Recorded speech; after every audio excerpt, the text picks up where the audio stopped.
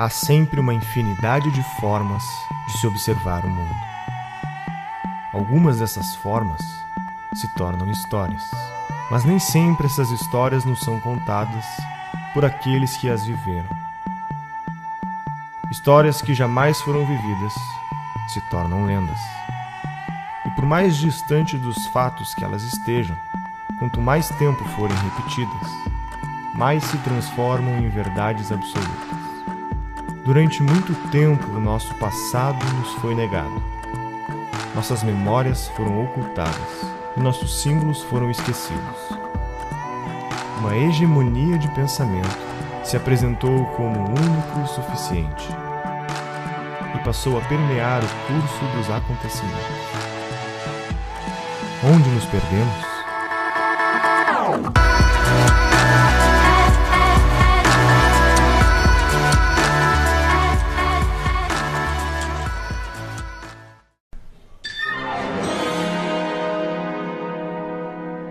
O povo foi às ruas. E agora? Agora vai continuar tudo exatamente como era antes, a menos que as pessoas mudem. Então há uma esperança.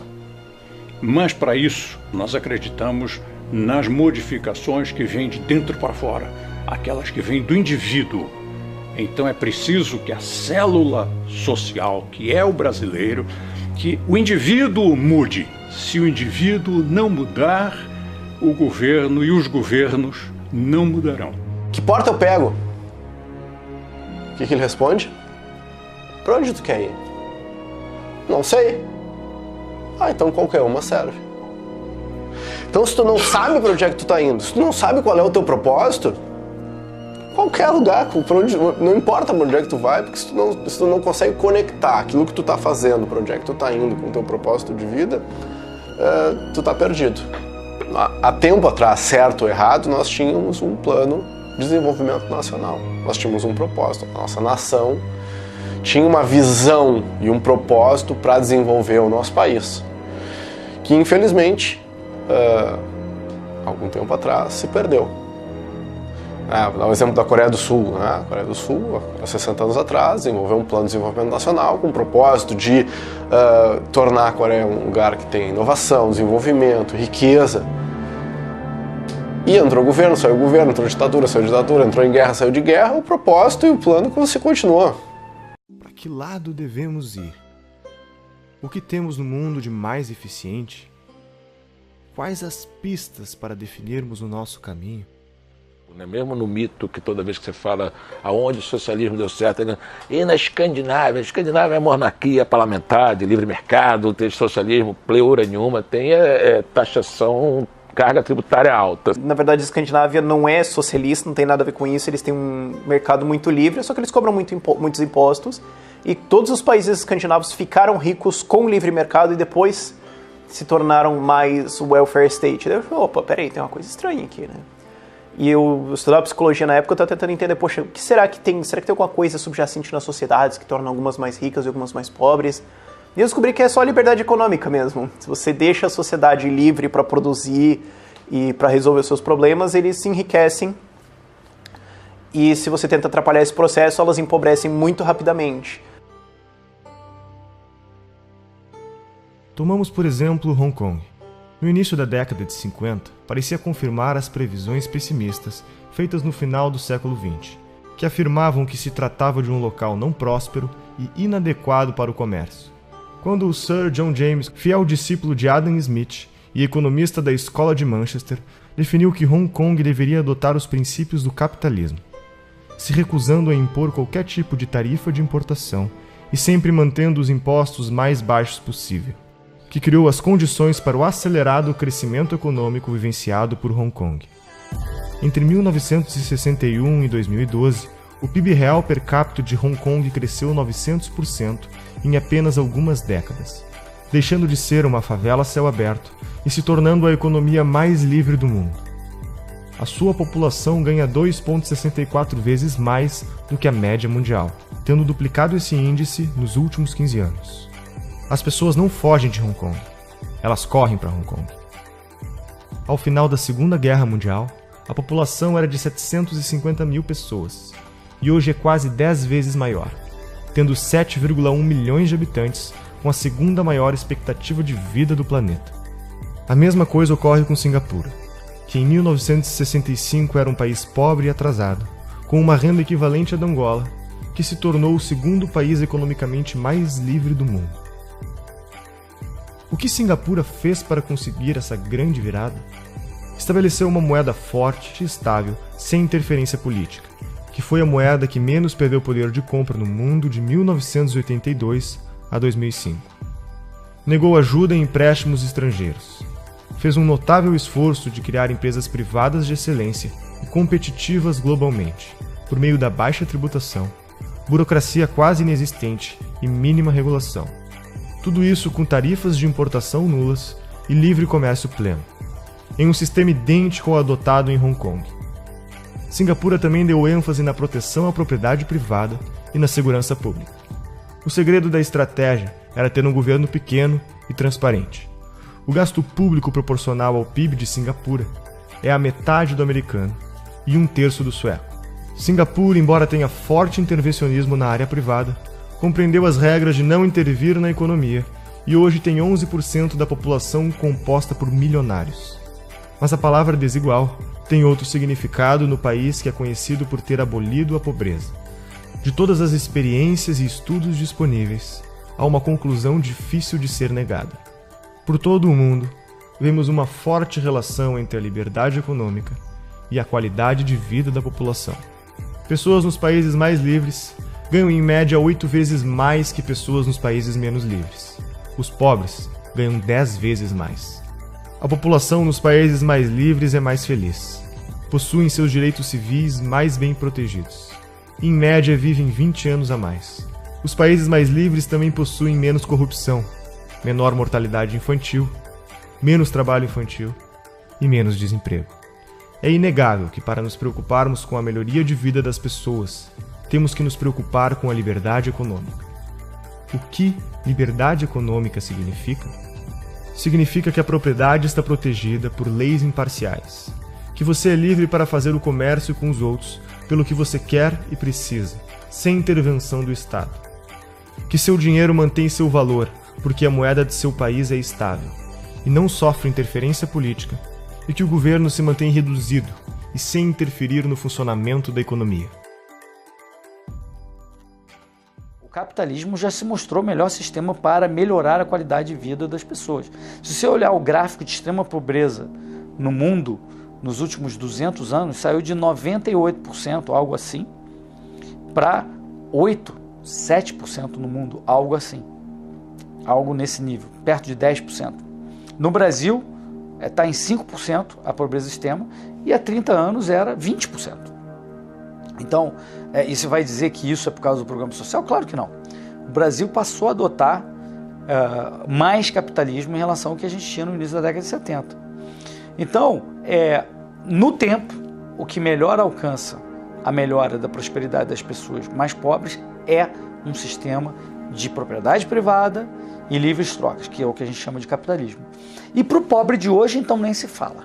Para dar assistência a esse pobre de hoje, um sistema de mercado e voluntário como esse que eu descrevi é o que funciona melhor. O mundo é pobre, era pobre, sempre foi pobre, né? A pobreza é o estado natural do homem. O homem nasce nu e pelado.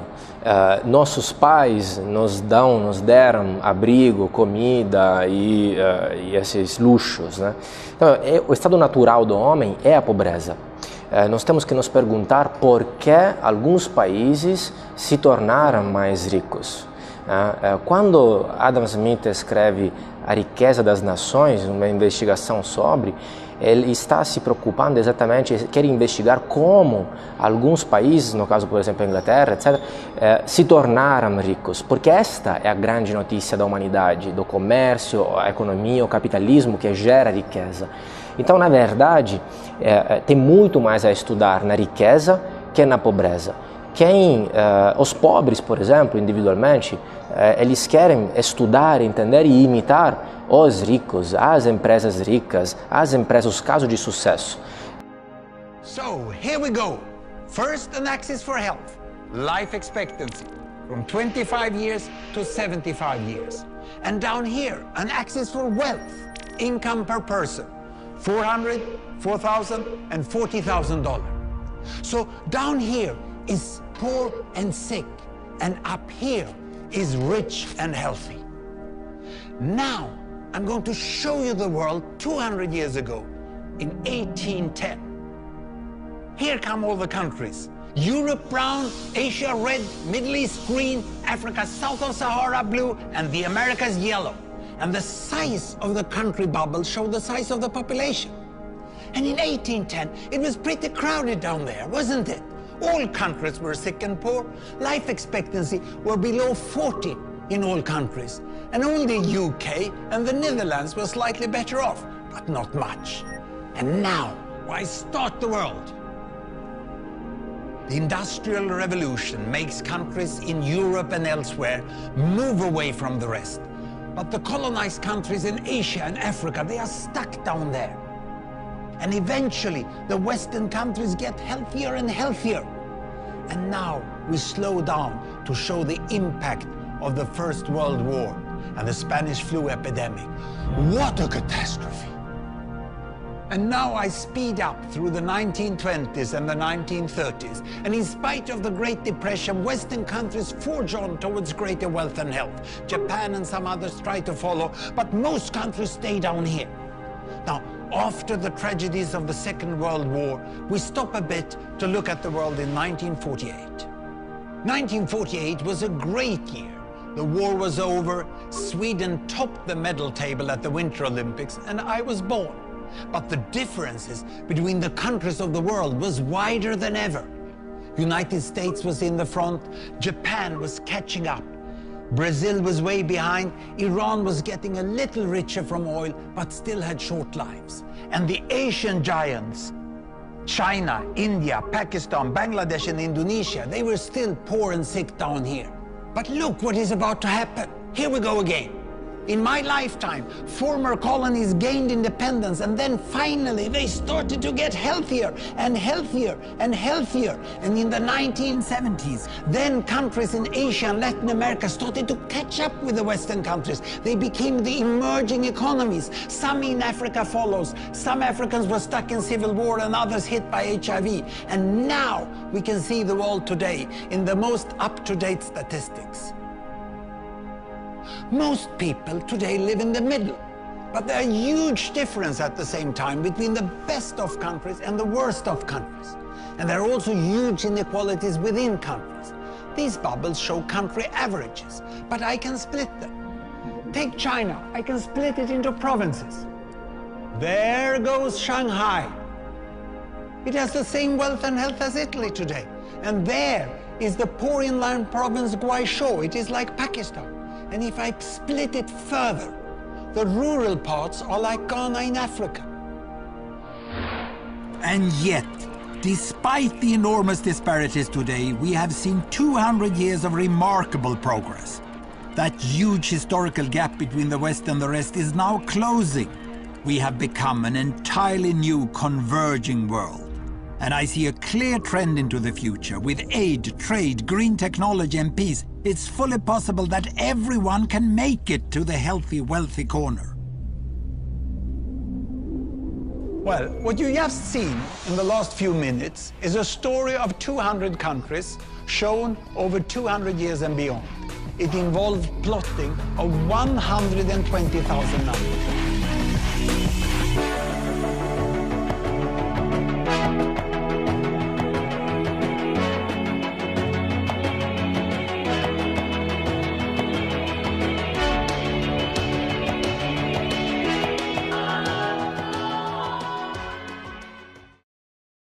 Nós estamos aqui na casa, né, do Thomas Jefferson, que foi o sujeito que escreveu a Declaração da Independência dos Estados Unidos. Talvez um dos textos mais lindos, né, da história mundial, da história política com certeza, onde nós podemos observar todos os valores que nós estamos precisando de maneira tão urgente no Brasil. O que mais me chama a atenção, que eu queria comentar com vocês, né, que estão assistindo, é o esmero. Claro que não é todo os Estados Unidos que é assim, nem mesmo toda a Flórida, mas particularmente em Weston, e é muito replicável país afora, o esmero, o cuidado com os detalhes. Não há poluição visual, o cuidado com o jardim, a forma que as coisas são tratadas. Quer dizer, isso está refletindo, está retratando de certa forma o quê? A preocupação que o americano tem com o entorno, que é o espírito cívico.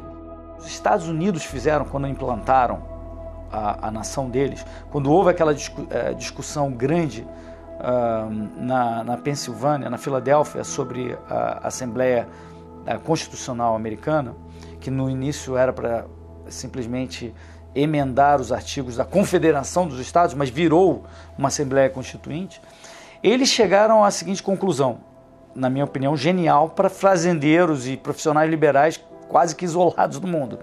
Eles disseram o seguinte: olha, nós vamos respeitar sempre a propriedade privada, nós vamos respeitar as trocas voluntárias, só que tem alguns assuntos que a gente não sabe fazer de forma diferente, que a gente tem que, de alguma forma, fazer algo como num condomínio. Tem que ter uma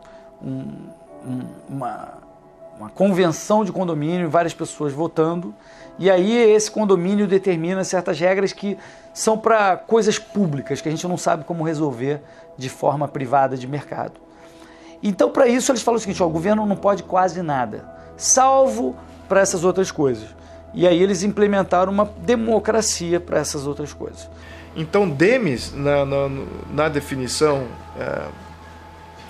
grega, tem várias conotações. Uma delas é povo, sem dúvida, mas tem outras conotações, que é povoado, comunidade e distrito.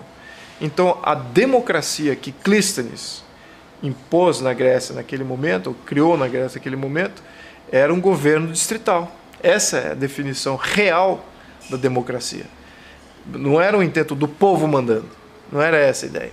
A ideia era governo distrital, ou seja, no distrito você tem um representante, aquele representante é um representante legítimo, porque ele mora naquele distrito.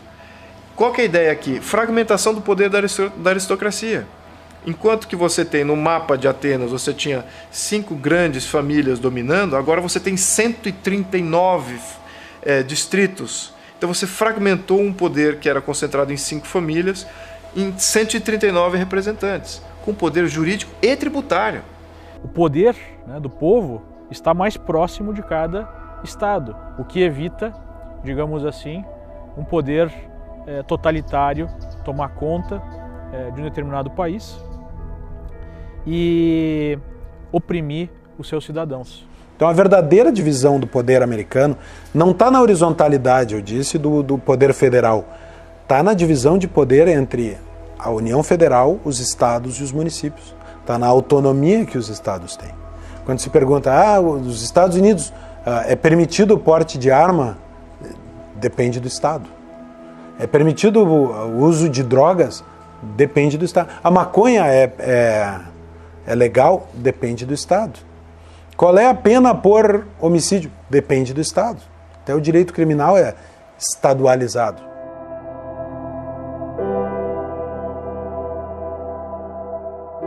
Basicamente, todo o sistema financeiro, até mesmo partindo da própria moeda, né, o valor da moeda, é baseado na confiança. Então, o nível de confiança que existe na sociedade, a certeza de que regras estabelecidas serão cumpridas, é o que facilita a negociação entre as pessoas, né? Eu só acredito que eu posso fazer um negócio e receber um pedaço de papel, porque nesse pedaço de papel está escrito que as instituições daquele país garantem o valor daquele pedaço de papel. Eu terei maior liberdade, maior confiança de fazer um negócio com uma contraparte, obviamente que, número 1, se eu tiver pessoas educadas e pessoas que cumpram, né, com a sua palavra, digamos assim, mas que eu tenha certeza que, se isso não acontecer, as instituições daquele país vão fazer com que aquilo que foi combinado seja cumprido. Essa é a base, né, da criação de de riqueza e é, digamos assim, o tabuleiro onde o jogo do livre mercado vai funcionar. Se esse tabuleiro for mal formulado, o livre mercado sempre vai funcionar de maneira parcial, porque ele sempre vai ter muitos obstáculos, né? E é exatamente o que a gente observa no país. Então, onde é que a gente observa isso no dia a dia aqui nos Estados Unidos? Eu não preciso reconhecer firma de um contrato, eu faço uma assinatura e aquele contrato está valendo. Eu não preciso burocratizar excessivamente, porque se leva em consideração que as partes estão de boa fé. Só que o que acontece? Caso as partes não estejam de boa fé, se uma das partes esteja de má fé, a punição é muito forte e ela é uma certeza, né? Isso gera uma situação onde, na esmagadora maioria dos casos, de fato aquilo que foi combinado é cumprido, porque se não for cumprido, a punição é muito grande, né? No Brasil é exatamente o contrário. Como se sabe que a punição vai ser muito difícil, vai ser quase impossível na maior parte dos casos, especialmente no mercado, né, no livre mercado, enfim, entre as empresas, nas negociações, é muito difícil executar um contrato no Brasil, se cria toda uma burocracia para tentar evitar que se chegue a um problema. E isso emperra todas as fases da criação da riqueza. O cidadão, o indivíduo que quer empreender, que quer abrir seu próprio negócio, poxa, não pode levar 4 meses para botar a papelada em dia, pagar quase R$1.000, os custos que tem para sair da informalidade. Nós vamos continuar com as mesmas deficiências se não começarmos resolvendo o problema por aí. E isso também depende de uma visão positiva do empreendedor, favorável ao empresário, a pessoa que cria empregos. Quem cria empregos é o empreendedor, é o empresário. O político cria cabide de emprego. O político não cria emprego, não gera emprego. Não podemos acreditar quando o político, candidato a presidente da República, vai gerar 10 milhões de empregos. Ele nunca vai gerar 10 milhões de emprego. Ele vai, no máximo, deixar de atrapalhar o tanto que atrapalha. Essa questão de empreendedorismo é uma das coisas que mais me incomoda. Porque você vai para os Estados Unidos, por exemplo, lógico que lá também tem problemas. As pessoas encaram o empreendedorismo, o empresário, de uma forma totalmente diferente. Os jovens saem da faculdade querendo fazer seus próprios negócios, querendo transformar suas ideias em alguma coisa produtiva, em alguma coisa útil. E não simplesmente ficar, atrás de um cargo de governo para o resto da vida, porque ele vai ter estabilidade. Isso, inclusive, no meu entendimento, é um dos problemas que a gente tem hoje, porque você pega uma pessoa que poderia produzir muito mais, que poderia ter ideias brilhantes, poderia fazer coisas incríveis, e ela fica lá atrás do seu carguinho no funcionalismo público. A primeira coisa que nós precisamos é dar mais liberdade econômica para os cidadãos.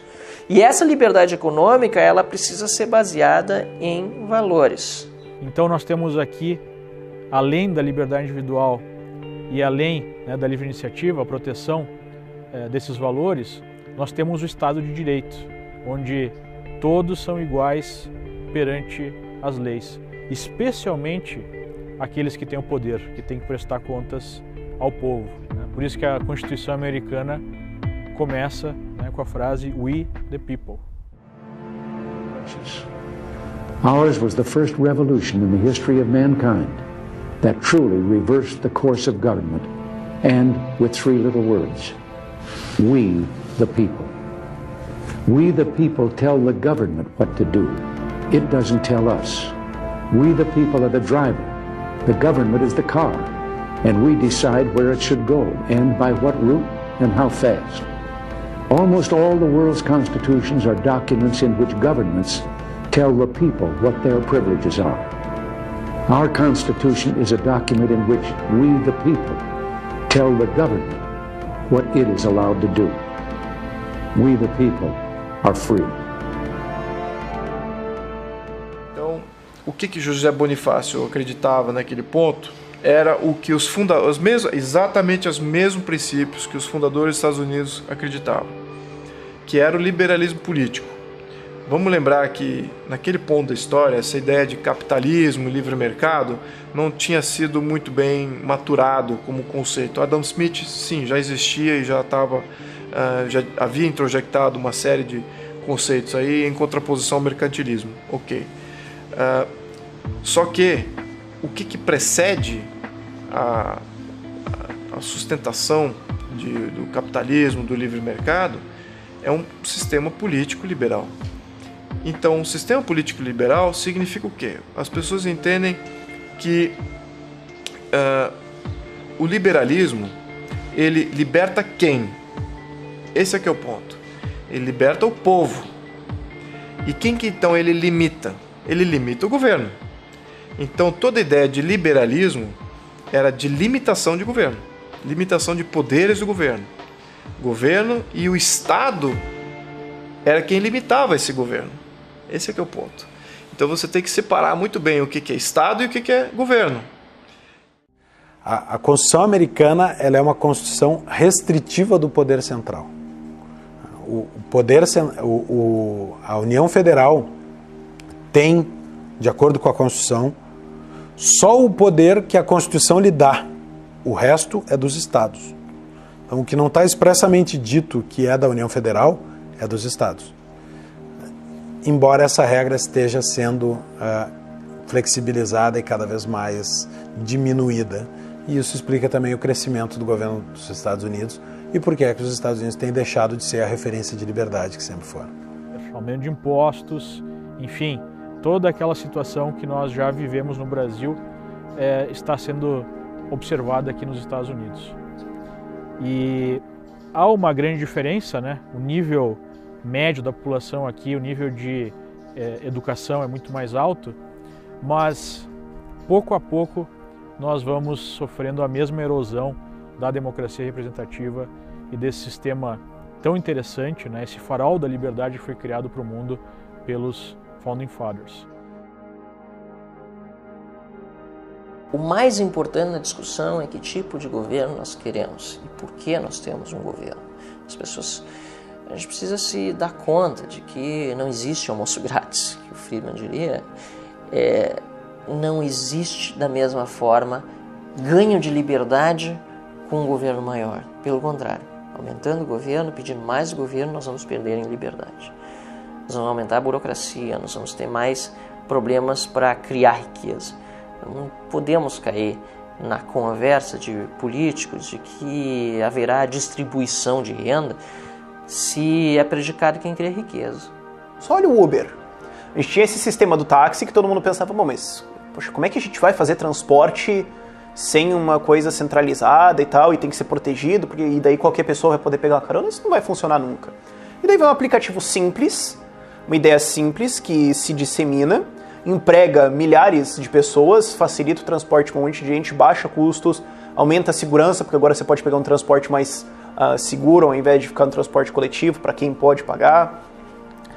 Muda todo o mercado, revoluciona a coisa e obviamente também incomoda todas as estruturas de poder, esse status quo que já existia dessas grandes indústrias, do táxi, do aluguel, tudo mais, os políticos que estavam associados. E a gente consegue fazer esse contraste entre esse sistema que hoje a gente olha como já uma coisa meio até velha, que é os táxis, e ver o sistema do Uber, que é uma mudança tão grande, que é simplesmente liberalismo econômico. O empreendedorismo é uma vocação, não é simplesmente uma busca do lucro, não é simplesmente ganhar dinheiro por ganhar dinheiro, amor a... Não. Pelo contrário, as pessoas quando dizem que o Bill Gates é um milionário e aí muitas vezes falam, não, mas ele faz muita caridade, tentam, né, por esse lado demonstrar que ele tem coração também, e realmente tem, pelos projetos sociais fantásticos, vários deles que ele desempenha, que ele desenvolve na África, por exemplo. Mas não é só isso, as pessoas têm que ter noção que os bilhões de dólares que ele tem não estão numa conta bancária. Onde é que estão os bilhões de dólares do Bill Gates? Alguma parte realmente ele tem no banco. Mas outra grande parte está em patrimônio, está em ações, está em várias atividades empresariais, empreendedoras que ele tem e que estão a serviço das pessoas. As propriedades dele cumprem uma função social inerente à atividade do empreendedor. Aquilo que diz a Constituição sobre a função social da propriedade, que muitos de nós combatemos, porque de fato é utilizado nas cortes muitas vezes para desapropriar áreas de terra para supostamente fazer reforma agrária. A gente sabe que muitas vezes não dá certo, inclusive porque muitos depois revendem essas áreas, fazem justamente aquilo que não deveriam fazer. Mas se nós formos olhar ao pé da letra o que quer dizer função social da propriedade, não está errada a Constituição, porque toda propriedade já cumpre sua função social. Porque a minha propriedade cumpre uma função social, sobretudo se eu sou empreendedor, de deixá-la à disposição do meu próximo, de outros indivíduos. Sou a favor de um Estado enxuto, tanto na economia como na repressão, e penso que mesmo aqueles que são tomados como capitalistas no Brasil, na verdade não são capitalistas porque eles vivem muito do dinheiro público. Então você vê os grandes empresários adoram um financiamento do BNDES, né? Você vê pesquisadores que muitas vezes se apresentam como de direita, mas têm bolsas de órgãos públicos. Então eu acho que essa mentalidade tão dependente do Estado, ela precisa ser revista.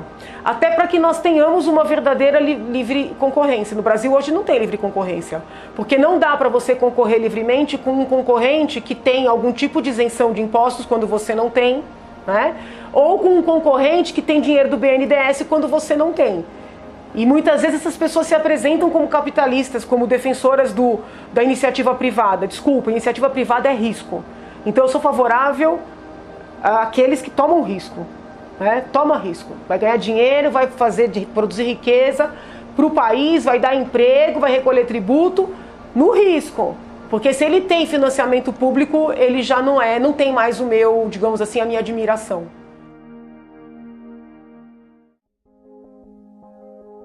A natureza é soberana ao homem. Afinal de contas, somos todos uma parte dela. A realidade é formada por um universo complexo de tempo, espaço e dimensões cosmológicas que fogem do nosso entendimento. Os acontecimentos sempre são fatos e só podem ser testemunhados, vividos ou observados. As nossas interpretações podem ou não terem a ver com eles. E como se estivessem cada um deles conectados uns com os outros, numa sinfonia dramática, quase sempre harmônica, ao final, sempre parecem terem sido ordenados para que fizessem algum sentido. A isso, damos o nome de vida. Essa é uma ordem que não nos é dada a opção de escolha. Como seres conscientes, temos além da nossa capacidade de interagir, experimentar e protagonizar a vida, também a opção de entendê-la.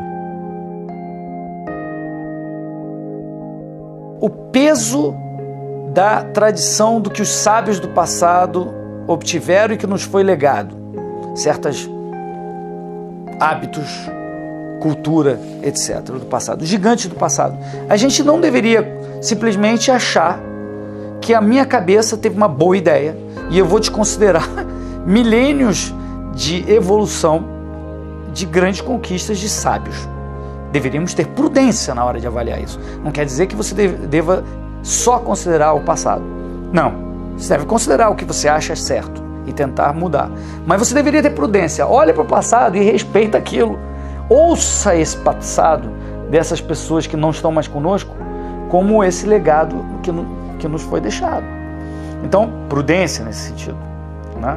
Nós precisamos, por um lado, entrar no fronte cultural de uma maneira muito importante para poder ajudar as pessoas a entenderem o cenário, entender o que está acontecendo no mundo e poder se posicionar, porque tudo começa com isso, né? Nesse ponto, por exemplo, o Ludwig von Mises estava muito certo, ele nos escritos dele, ele dizia muito isso, né? Você começa com as ideias, são as ideias que mudam o mundo. O que nós podemos fazer para reverter esse quadro? Bom, eu acho que o primeiro passo, que eu acho que é o passo fundamental, é nós recuperarmos o amor pela literatura.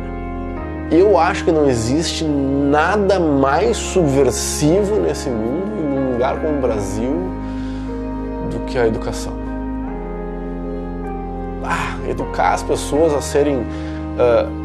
educar para expandir a consciência, educar para ter conhecimento, educar para ter autocrítica e crítica do mundo à volta, para tomar as próprias decisões. Um povo com cultura e com educação, cara, não é levado adiante por ninguém.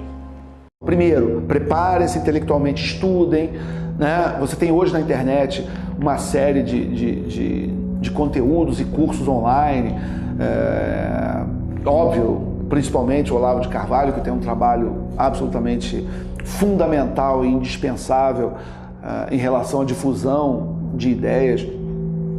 E além dele, você tem outros que também são importantes, aí, gerando conteúdo, gerando informação. Você já tem hoje editoras lançando títulos que durante décadas foram negados ao público brasileiro. Você tem também, em alguns sites, como o site do Instituto Mises, você tem alguns portais que tem uma quantidade enorme de PDFs de livros clássicos que estão à disposição de graça. É só você baixar, ler no seu computador, ler no celular, no tablet, no Kindle, enfim. Então, não tem desculpa.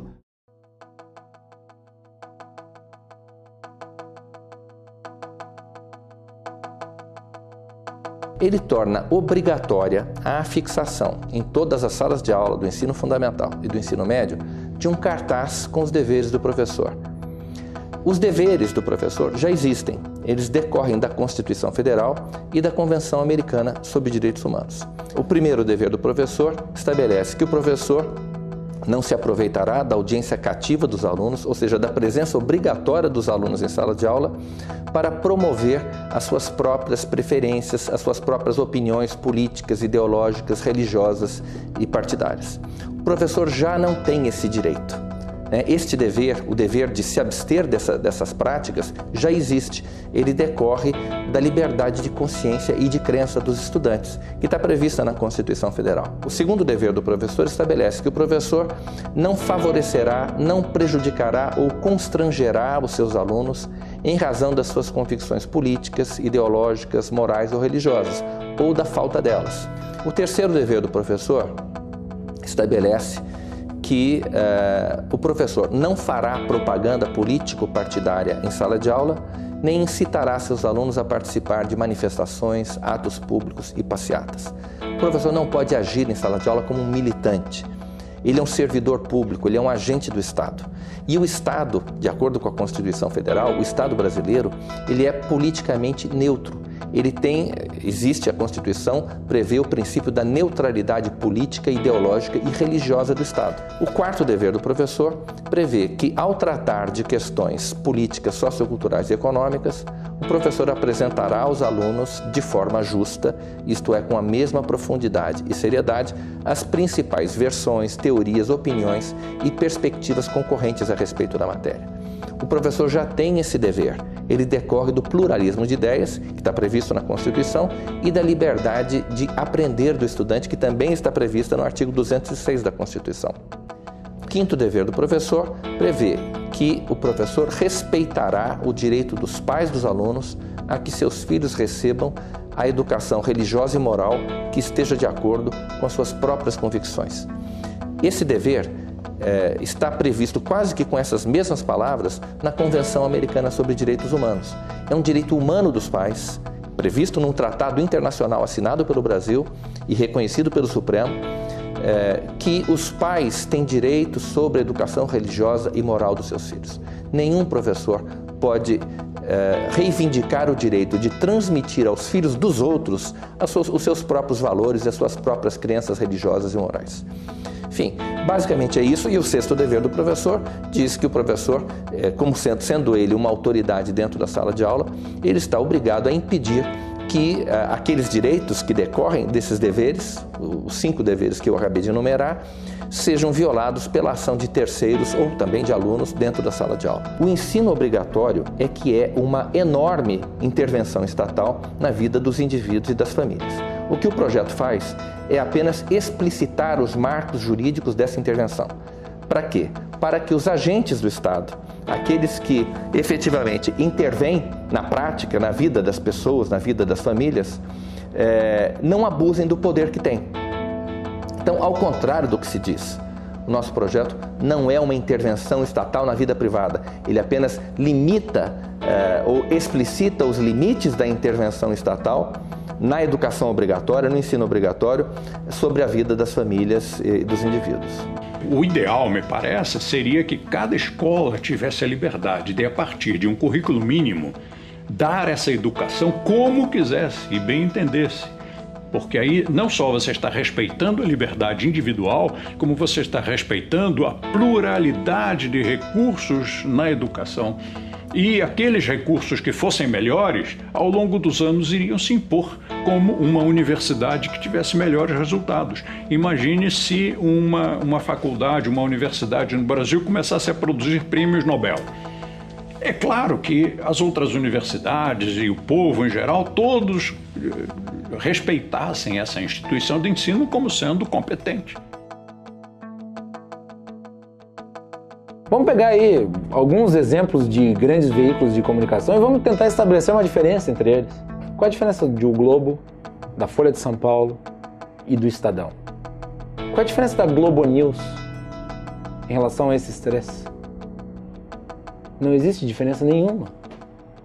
Seja nas notícias que são divulgadas, seja na estética da forma como essas notícias são divulgadas, seja no vocabulário utilizado pelos jornalistas que trabalham nessas casas, eles vendem todos um padrão de notícia. Ao contrário, por exemplo, dos Estados Unidos, onde nós temos duas televisões que são diametralmente diferentes. A CNN, ela tem uma forma de dar as notícias, ela tem uma narrativa. Fox News tem outra narrativa. Eu não vou categorizar as duas, mas são absolutamente distintas. A mídia do Brasil já se descredenciou completamente. Eu acho que é difícil você pegar, difícil você pegar qualquer jornal do Brasil e você tentar dizer que aquilo é verdade por qualquer lado. Tanto para o lado que é o lado da defesa lá da esquerda, não acredita na mídia, na Globo, por exemplo, ou no UOL, ou no Folha, não acreditam. Nós também não acreditamos, muito menos ainda, né? Nós sabemos que aquilo tem gente que é aparelhada. Então a mídia caiu em descrédito. Então talvez seja um começo. Agora precisamos ter uma mídia em que uma base seja, ok, isso aqui é verdade, isso aqui é um fato, que seja um fato de verdade, não seja uma postulação militante. Então eventualmente nós vamos chegar numa mídia livre. A população em geral vê essa uniformidade do jornalismo, do que está sendo divulgado, e ao que ela recorre? Ela recorre a única fonte de informação que ainda é de fato livre, que é a internet. É a única onde todos temos, dependendo apenas da nossa forma de expor o conteúdo que nós produzimos, equalizar e repercutir da mesma forma que um grande veículo de comunicação hoje repercute. Graças ao invento de smartphones, de telefones como esse aqui, e do acesso à informação por meio de sites, de blogs, tu tem uma concorrência sendo criada. Hoje, um canal de Facebook ou um canal no YouTube pode gerar tanta repercussão quanto um jornal em horário nobre. Não precisa mais ouvir calado o que um jornal publica e mente sobre um assunto. Você pode contraditá-lo e inclusive repercutir muito mais do que ele numa resposta, que até pouco tempo atrás dependia exatamente da benemerência desses próprios veículos de comunicação em publicar. Isso não acontece mais hoje. Hoje as pessoas têm a liberdade, por meio da internet, de expressar visões distintas, de criticar, de fazer o Media Watch. O que é o Media Watch? É um veículo fiscalizando a informação do outro. É um veículo contraditando o outro. É um veículo complementando a informação do outro. Ou oxigenando as informações que são veiculadas.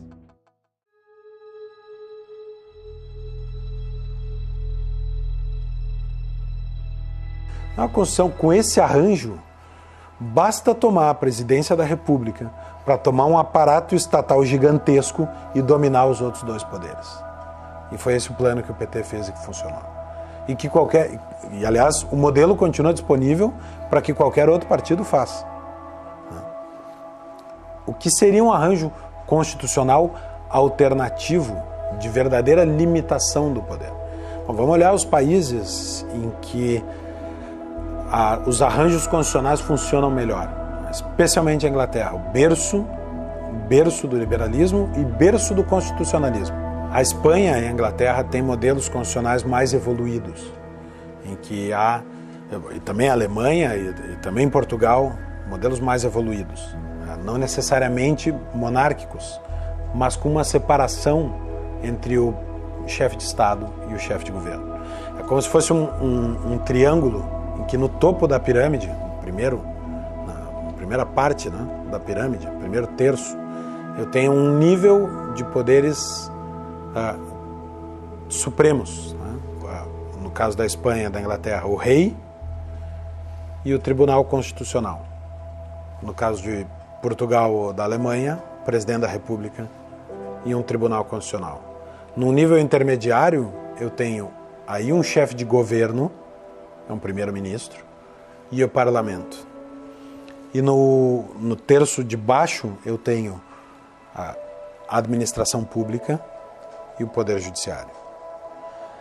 Olha essa separação, especialmente do lado de cá, que eu tenho um chefe de Estado, um chefe de governo e a administração pública como poderes diferentes.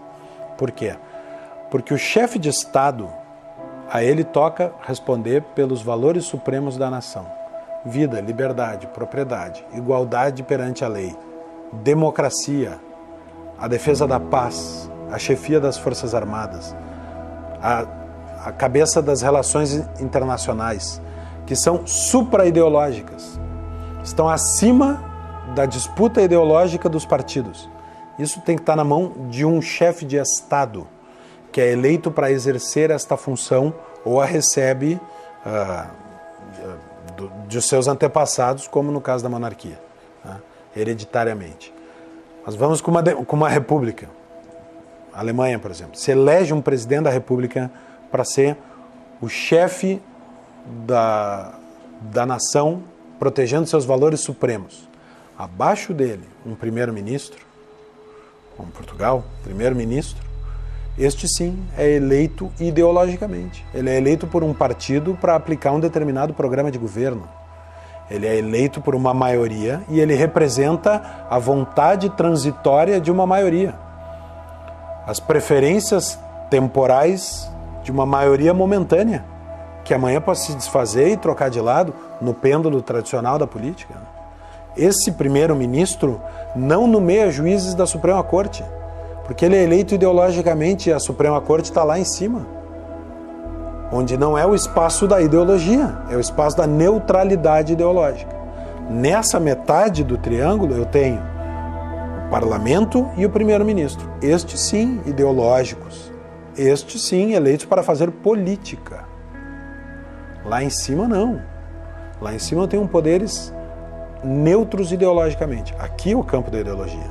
E no campo de baixo, que também não é o campo da ideologia, eu tenho a administração pública e o poder judiciário. Aqui é o campo da imparcialidade. A administração pública tem que atender o cidadão, não fazer política pública.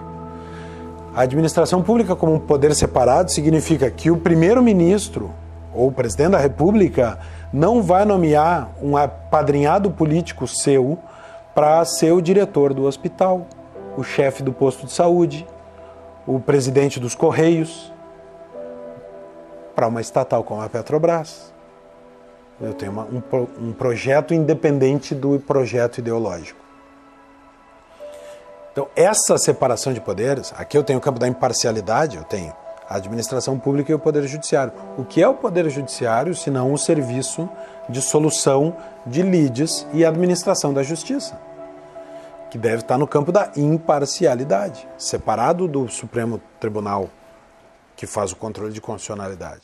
A gente chama de janela de Overton, a janela em que o debate público hoje se concentra. Então você tem, por exemplo, numa questão como educação, você tem a janela concentrada hoje numa questão do que é mais aceitável em um determinado no debate político.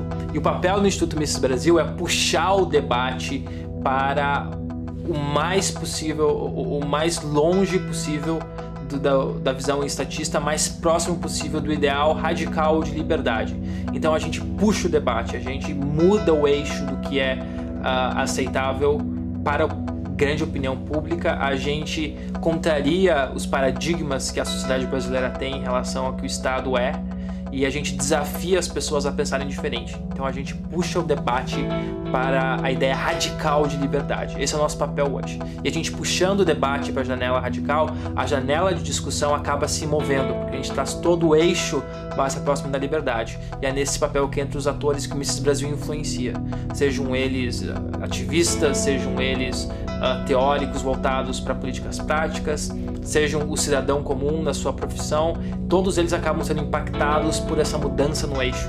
Eles acabam entendendo e incluindo uma visão ainda mais liberal no que é aceitável como debate, até que ele acaba sendo interessante, até que ele acaba sendo mais aceitável e até que ele se torna inevitável.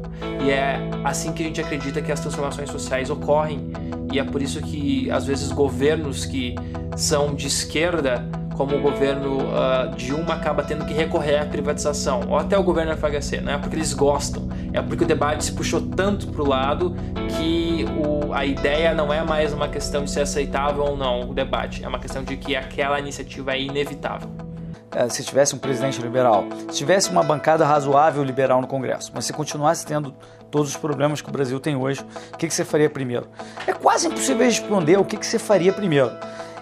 Para a gente entender esse conceito e essa discussão, eu acho que a gente tem que falar sobre viabilidade política.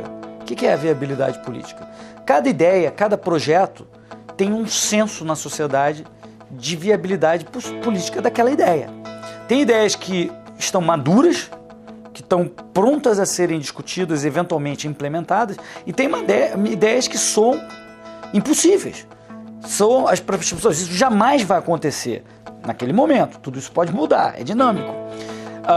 Os liberais deveriam estar focados naquelas ideias que estão já com a possibilidade de viabilidade política próxima e tentar empurrar aquelas ideias, né? Aquelas que estão, não centralmente, não o Hélio decidindo, mas se a gente tem a tal bancada liberal tentando isso e várias pessoas tentando isso, liberais, elas próprias vão ficar testando esses limites para verificar qual é a viabilidade política daquelas ideias e tentar aprová-las. Então eu acho que isso vai acontecer naturalmente quando você tiver essa tal bancada liberal no Congresso. Todos vão ficar tentando aprovar. Você vê o que está acontecendo hoje. Por exemplo, o Paulo Eduardo Martins é um dos grandes defensores do fim da contribuição sindical.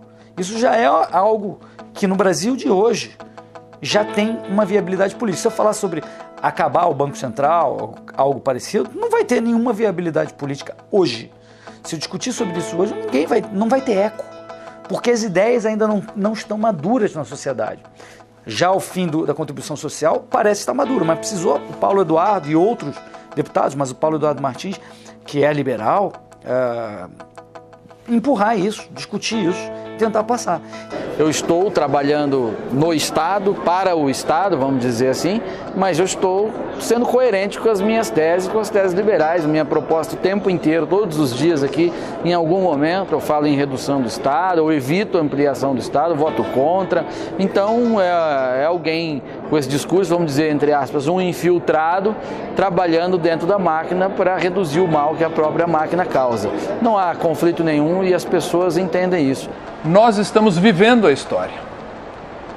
Fizemos, como disse, grandes coisas pelo Brasil, mas precisamos urgentemente de uma reforma institucional para eliminarmos alguns excessos do gigantismo estatal. Então aí você tem 3 pilares que constroem esse Estado liberal.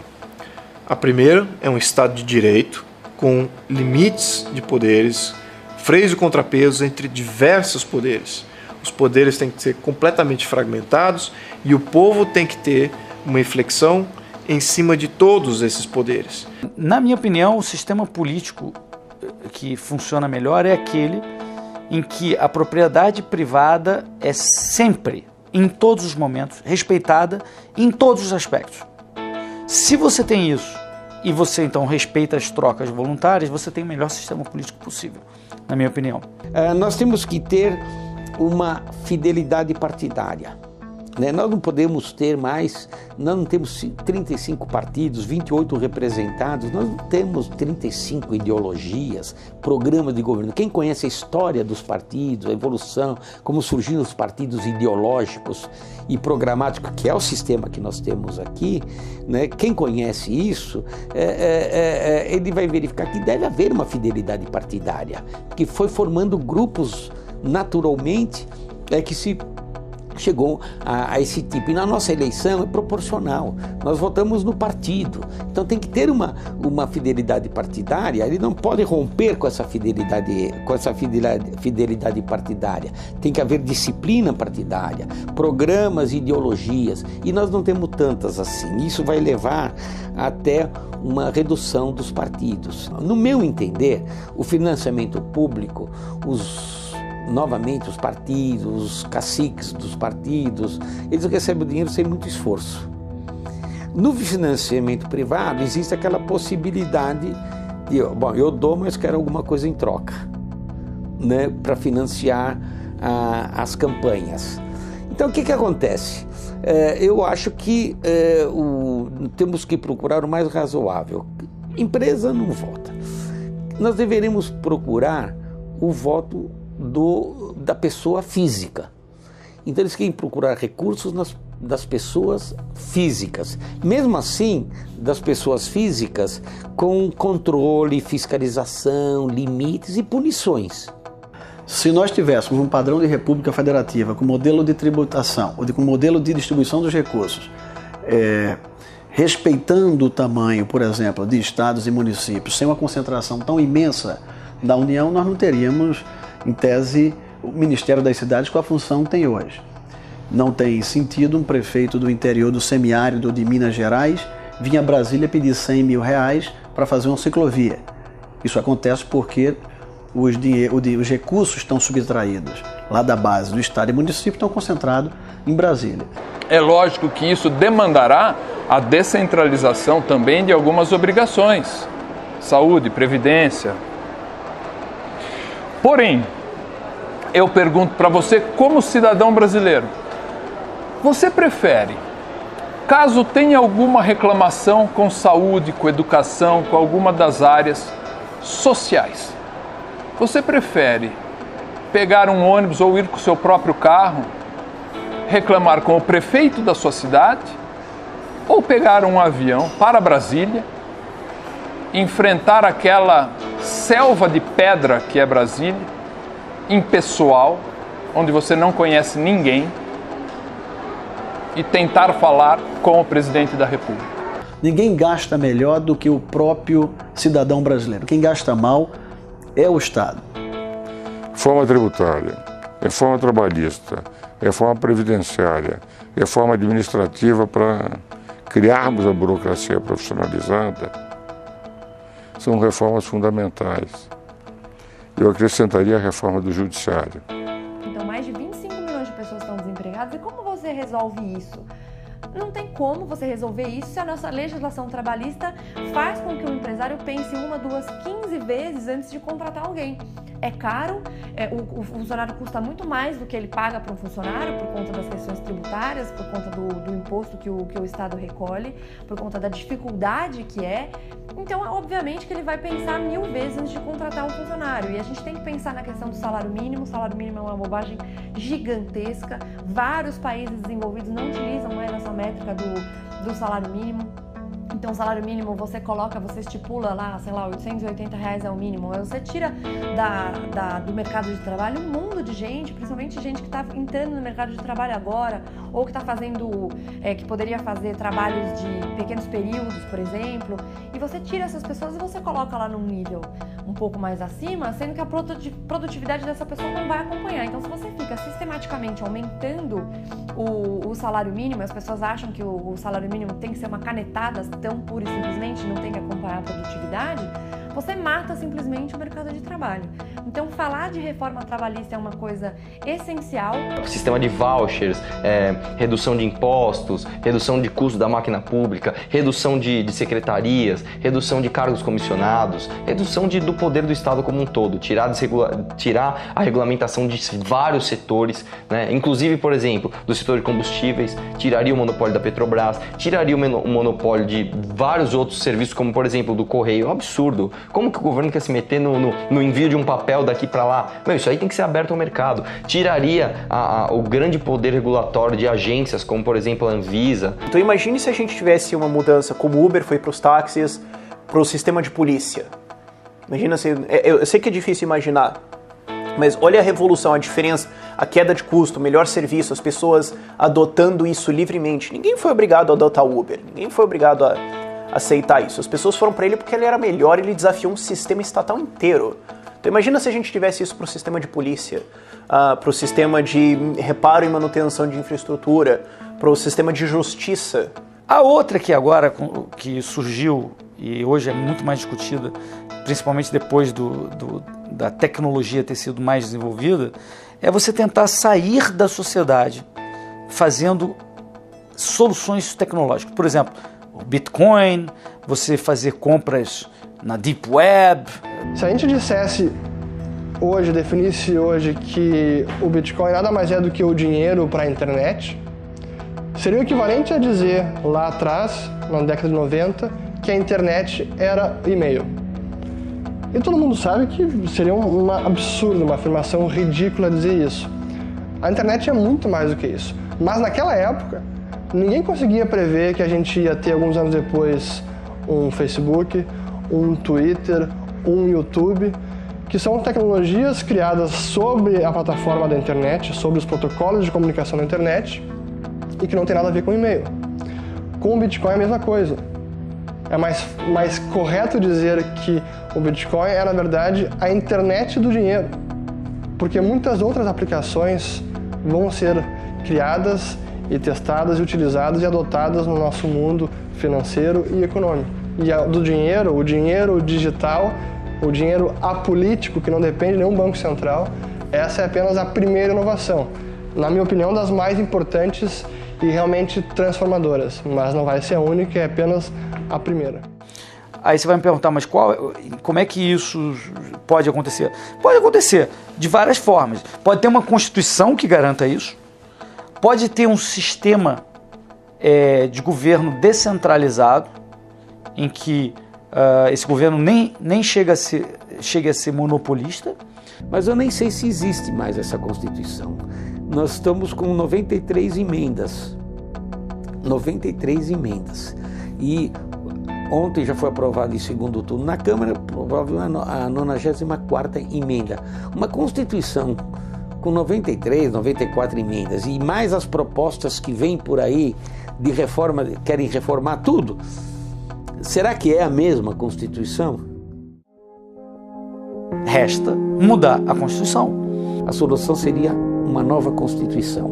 Agora, imagina o seguinte, se nós tivermos uma Constituição liberal, um Estado liberal, nós podemos nos dar ao luxo que a Suécia dá, de eleger um governo socialista. Por quê?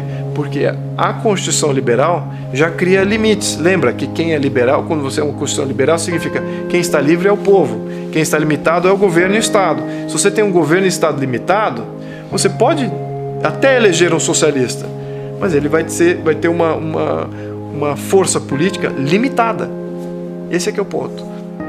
Então, para nós evoluirmos como país, nós precisamos nos desvencilhar dessa Constituição intromissora, socialista que nós temos, e temos que absorver e temos que ter uma Constituição liberal, para que nós não tenhamos mais o risco de totalitarismo no Brasil.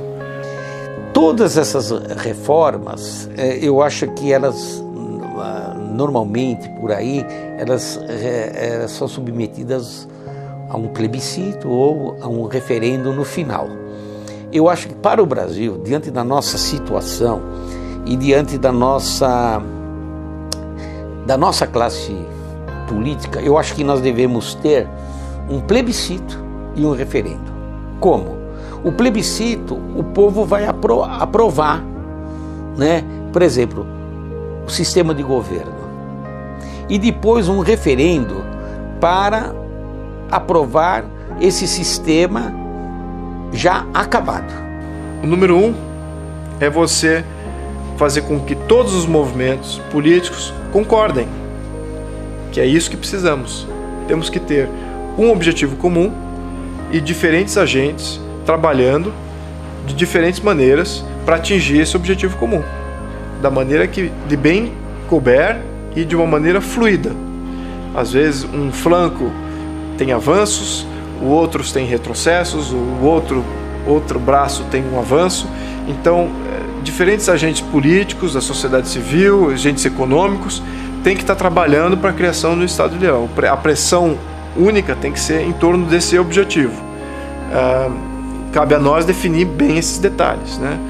Então, eu diria que então, como chegar ao Estado liberal, a primeira etapa é todos concordarem no objetivo. Ponto. O brasileiro percebeu que ele tem força, né? Que na verdade os políticos, eles estão lá para nos servirem, eles são nossos servidores, eles têm que prestar satisfações, eles têm que dar satisfações. Nós também temos que fazer a nossa parte. Eu acho que o legado que fica é de um povo que não se acomoda. Vai fazer batalha na sua área, né? Na sua área profissional, dentro da sua experiência profissional no consultório, dentro da sua formação profissional. Isso vale para qualquer coisa. Se você é professor, vai lutar na área de educação. Se você é médico, vai lutar na medicina. Cadê você, advogado de direita? Cadê você, advogado conservador liberal, fazendo a batalha na OAB, fazendo a batalha nas associações profissionais, nos sindicatos, né? Se você é economista, cadê você batalhando especificamente na economia? O ativismo judicial, vou dizer, é uma coisa básica. Isso é que nem a questão de assegurar a sua própria subsistência, sua própria sobrevivência. Quer dizer, a justiça não vai fazer justiça. A justiça é um meio de você fazer justiça quando pode. Tem que lutar por ela. O terreno da luta é muito o terreno jurídico, judicial. É uma batalha que a gente tem que travar no judiciário também. A gente precisa se engajar, ocupar espaço onde quer que esteja, no seu bairro, na escola do seu filho, acompanhar o que está acontecendo. A gente precisa estar presente na sociedade. A gente arregaçar as mangas e trabalhar. Não dá mais para só viver a vida em paz. Só tocar, né, sua vida social, familiar, tem que se engajar politicamente, porque se a gente não faz isso, a gente não muda. Eu tenho uma frase que é o seguinte, ó: a política é como uma TV sem controle remoto. Se você não se levanta, você vai assistir o que não quer. O Brasil vai ser um país espetacular, vai ser um país riquíssimo, uma classe média pujante, uma classe média rica, capaz de ter uma qualidade de vida e uma abrangência e uma influência mundial. Fazer o novo. Então, se nós estamos empreendendo agora, exemplo da Brasil Paralelo, temos que pensar muito grande. Esse novo momento político brasileiro da comunicação por meio das redes sociais que permitiu que tantas pessoas se manifestassem, fossem às ruas e agora continuem se manifestando em uma espécie de Brasil paralelo. Eles vão acabar percebendo, tá? Errar é humano, tá? Vocês podem vir da esquerda para a liberdade, não tem problema, a gente vai receber de braço aberto. Você é jornalista, evidentemente, por que você não está fazendo batalha dentro das redações? Se você é um artista, dentro das artes, se você escreve roteiro para cinema, para minissérie, né? Onde está você na batalha cultural? Então, se você não quer participar da batalha cultural, mas você entende a importância dela, você entende o tamanho dos problemas que o Brasil e o mundo e o Ocidente estão passando nesse momento, que é um momento complicado da história, e você tem algum recurso financeiro que você possa ajudar, ajude, bota a mão no bolso. Hoje nós precisamos de investidores, nós precisamos de gente que apoie blogs, que apoie cursos, que apoie think tanks, que apoie institutos, o nascimento de canais de televisão, ou que banque iniciativas como essas que eu falei, que aconteçam, escola sem partido. Então eu quero um país com pessoas de almas e mentes livres, né, que possam dizer o que elas realmente acreditam, o que elas realmente sentem, sem medo do patrulhamento, né, sem medo de serem estigmatizadas. Eu acho que, além de um país transparente, né, que é o que a gente luta muito por isso também, eu acho que essa liberdade de pensamento, de manifestação, para mim é algo muito caro. Então, se eu pudesse ser lembrada como alguém que lutou por isso, eu já vou estar muito feliz. Se não agora, quando? Brasil Paralelo responde essa pergunta. É agora.